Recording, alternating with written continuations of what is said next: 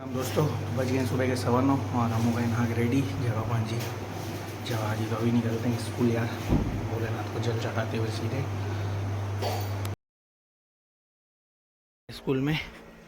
और लंच में हम निकल गए वॉकिंग करने, क्योंकि सुबह कुछ हो नहीं पाया, ना वॉकिंग हो पाई ना राइडिंग हो पाई। तो एटलीस्ट वॉकिंग जो है इधर कंप्लीट कर लेते हैं, ताकि शाम को पहुंच के फिर राइडिंग कर लेंगे मस्त।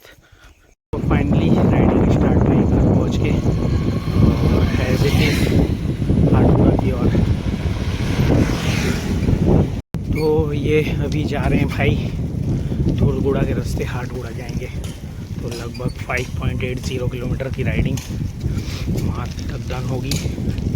देन फिर जितना इस और कवर कर पाए कवर करके फिर रिटर्न चलेंगे भाई, क्योंकि नांटू भैया के यहाँ भी जाना है। गाड़ी का सामान आ चुका है, तो जाके जब तक खड़े नहीं होंगे भाई सामान वहाँ बनेगा नहीं गाड़ी हमारा।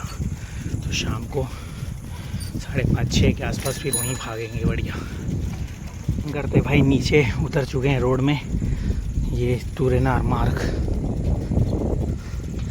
तो इस और जितना कवर कर सकें। तो अभी लगभग 7 किलोमीटर बस होने वाले हैं, थोड़ा सा और रह गया है। तो इस और चलते हैं, जितना कवर हो जाए अपना मस्त। राइडिंग करते पूरा 8.5 किलोमीटर भाई चले गए थे हम तुरेनार मार्ग में, और अब वापस आ गए हमने ट्रैक में, ये प्रयास स्कूल वाले। तो एज इट इज़ घूम के जाएंगे तो ही 8.5 किलोमीटर। तो जो आगे एक कार दिख रही है ना, वहाँ से टर्निंग लेंगे लेफ़्ट हैंड, और 300-400 मीटर कवर करेंगे अप डाउन, वही लगभग 800 मीटर। देन फिर उसी के राइट हैंड साइड से भाई घर चले जाएंगे बढ़िया। तो गोल घूम के जाने की नीड नहीं होगी हमें। दे रहे हैं जो लोग गौ माता को कष्ट दे रहे हैं, तुम क्या चाहती हो मैं ये अन्याय देखता रहूं? बिल्कुल नहीं, मैं क्षत्रिय हूं। जोर से बोलो, सज्जनों की रक्षा करूं और दुष्टों का। आज कुछ दुष्ट ऐसे भी आपके क्षेत्र में पैदा हो रहे हैं जो सज्जनों को हानि पहुंचाते हैं और दुष्टों की रक्षा करते हैं। सावधान हो जाना और समझ लेना। मैं कह दूं बड़ी जिम्मेदारी के साथ, राम जी ने कहा था भगवती माता सीता से, हे देवी मेरा कर्तव्य है कि मैं सज्जनों की रक्षा करूं और दुष्टों का नाश करूं।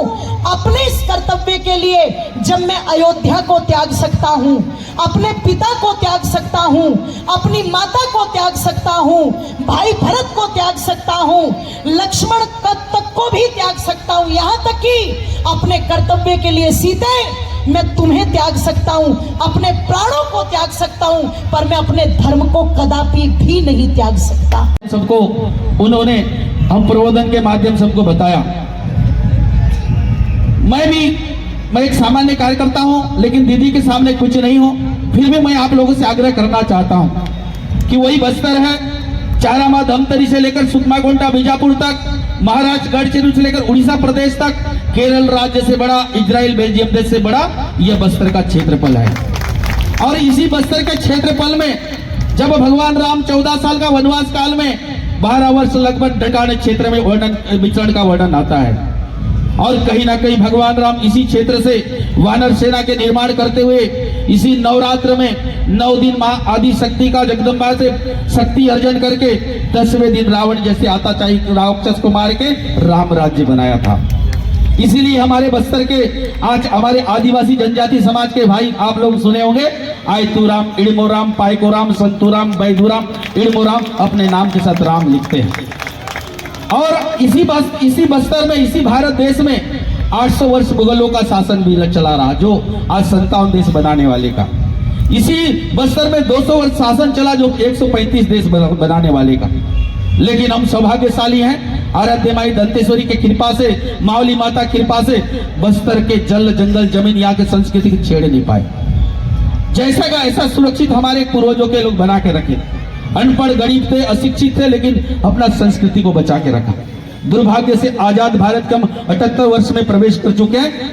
आज कुछ लोग अपने आप को श्रेष्ठ बता करके सेवा भी सत्य है, मैं एक श्लोक में सुना हूं, तृतया मंत्र शक्ति ज्ञान शक्ति कृते युगे द्वापार युद्ध शक्ति संगे शक्ति कलियुगे।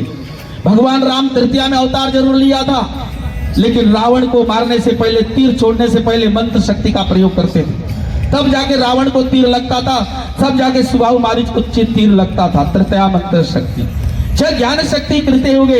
हिरण्य जैसा व्यक्ति अस्त्र शस्त्र जल वायु आकाश में पाताल में मनुष्य में के हाथ में नहीं मरने का वरदान मांगा, लेकिन उसको मारने के लिए भगवान को नरसिंह अवतार लेने के बाद ज्ञान शक्ति का प्रयोग करना पड़ा था और हिरण्य को मारा था। जब द्वापर युग में भगवान कृष्ण का अवतार होता है, पूतना से लेकर महाभारत युद्ध तक युद्ध शक्ति के बल पर उस समय के युगों के राक्षसों को मारा था।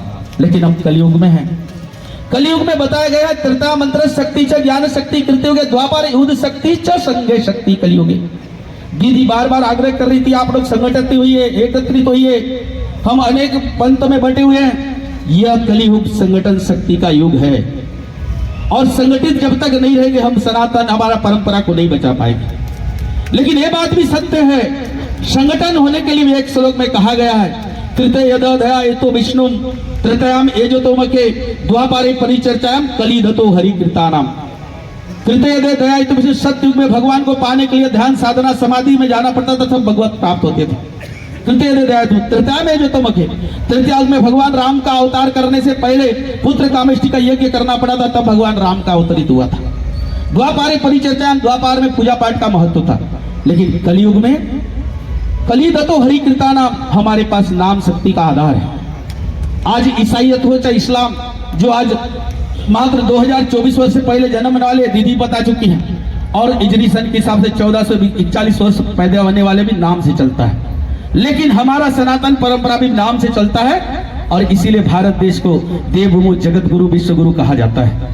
कभी हमारे अंजलि आचार्य जैसे दीदी का इस धरती में पैदा हो जाते हैं। रात के 11:30 बज गए, तो एज इट इज़ लेट हो गया, गाड़ी बनवाने में 9:30-10 बज गए थे। देन फिर दंतेश्वरी मंदिर के सामने हो रहा था कार्यक्रम, तो बस वहीं पर थे। अभी घर आए 10:30-11 बजे, तो अभी करते हैं इस ब्लॉग का एंड। आई होप आप लोगों को आज का ब्लॉग अच्छा लगा होगा, और अच्छा लगा हो लाइक शेयर कमेंट करो, चैनल पर नहीं तो सब्सक्राइब कर दो। तो मॉर्निंग मिलेगा कल, इससे आप लोगों के साथ रूबरू होंगे। तब तक ले जय श्री राम, जय भोले शंकर, हर हर महादेव।